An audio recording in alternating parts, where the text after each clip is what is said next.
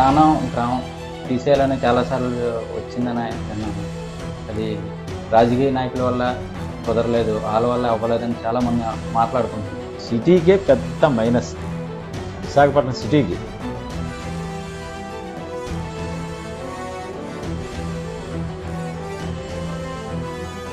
ఎన్నికలకు ముందు మీరు వాగ్దానాలు ఇవ్వటం లేదా కొన్ని కారణాల వల్ల అవి తీర్చకపోవటం, నాకు జనరల్గా మాట్లాడే మాటలు అది. అంటే నేను ఇక్కడ కానగ్రామంలో ఉన్నాను, అంటే నేను ఇది కట్టుకున్నాను కదా. వస్తుందని మీరు ఉంటున్నారేమో అని.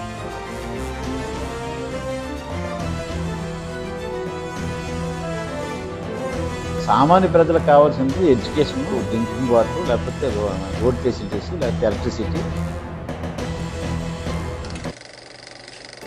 మీరు ఎప్పుడైనా దొంగతనం చేశారా?